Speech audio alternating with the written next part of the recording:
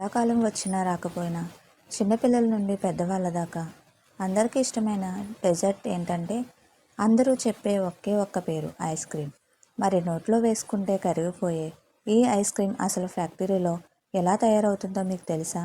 దీని వెనుక ఎంత పెద్ద ప్రాసెస్ ఉందో చూస్తే మీరు ఆశ్చర్యపోతారు. ఈరోజు ఈ వీడియోలో మన ఐస్ క్రీమ్ తయారీ వెనుక ఉన్న పూర్తి రహస్యాలను పిన్ టు పిన్ తెలుసుకుందాం.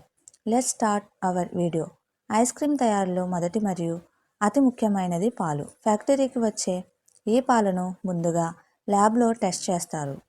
పాలు ప్యూర్గా ఉన్నాయని కన్ఫర్మ్ అయ్యాక ఒక పెద్ద స్టెయిన్లెస్ స్టీల్ ట్యాంక్లోకి తీసుకుంటారు. ఇప్పుడు దీనికి సరైన మోతాదులో పౌడర్ మిల్క్, క్రీమ్, షుగర్, చక్కెర మరియు ఐస్ క్రీమ్ గట్టిగా ఉండటానికి కొన్ని స్టెబిలైజర్స్, ఎంఎల్సి ఫ్లేయర్స్ కలుపుతారు. ఈ మిశ్రమాన్ని బ్లెండర్ మెషిన్ సహాయంతో బాగా మిక్స్ చేస్తారు. బాగా మిక్స్ అయిన లిక్విడ్ని పాశ్చరైజేషన్ ప్రాసెస్ కోసం పంపుతారు. అంటే ఈ మిశ్రమాన్ని దాదాపు 80 డిగ్రీల సెల్సియస్ ఉష్ణోగ్రత వద్ద వేడి చేస్తారు. ఎందుకంటే పాలలో ఉండే హానికరమైన బ్యాక్టీరియా మొత్తం చనిపోవాలి. దీని తర్వాత హోమోనైజేషన్ జరుగుతుంది. ఇందులో పాలలో ఉండే కొవ్వు కణాలు చాలా చిన్నవిగా విడగొట్టబడతాయి. దీనివల్లనే ఐస్ క్రీమ్ మనకు అంత స్మూత్గా, సాఫ్ట్గా అనిపిస్తుంది. వేడి చేసిన మిశ్రమాన్ని వెంటనే -డిగ్రీల వద్ద కూల్ చేస్తారు. ఆ తర్వాత దీన్ని ఏజింగ్ ట్యాంక్లోకి పంపి కనీసం 4 నుండి 6 గంటల పాటు అలాగే ఉంచుతారు. ఈ సమయంలోనే ఐస్ క్రీమ్ మిశ్రమం అంతా ఒకదానితో ఒకటి బాగా కలిసిపోయి టేస్టీగా మారడానికి సిద్ధమవుతుంది. ఇక్కడ ఐస్ క్రీమ్కు అసలైన మ్యాజిక్ టచ్ ఇస్తారు.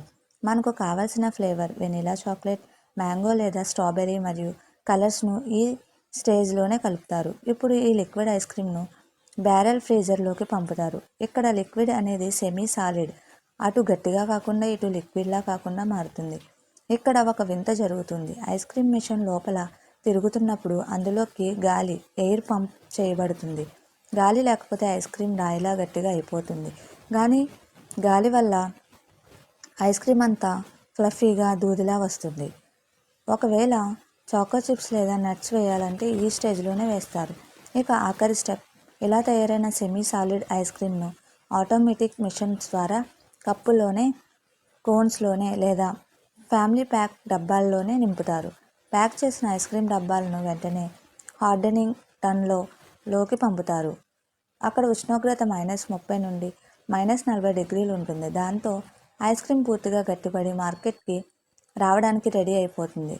అక్కడ నుండి కోల్డ్ స్టోరేజ్ ట్రక్కుల ద్వారా మన ఇంటి పక్కన ఉన్న షాప్లోకి చేరుకుంటుంది. చూసారుగా ఫ్రెండ్స్, మనం ఎంతో ఇష్టంగా తినే ఐస్ క్రీమ్ వెనుక ఎంత పెద్ద ప్రాసెస్ ఉందో. ఈ వీడియో మీకు నచ్చితే వెంటనే లైక్ చేయండి, మీ ఫ్రెండ్స్తో షేర్ చేయండి. మరిన్ని ఇలాంటి ఇంట్రెస్టింగ్ వీడియోల కోసం మన ఛానల్ని సబ్స్క్రైబ్ చేసుకోవడం మర్చిపోకండి. Thank you for watching.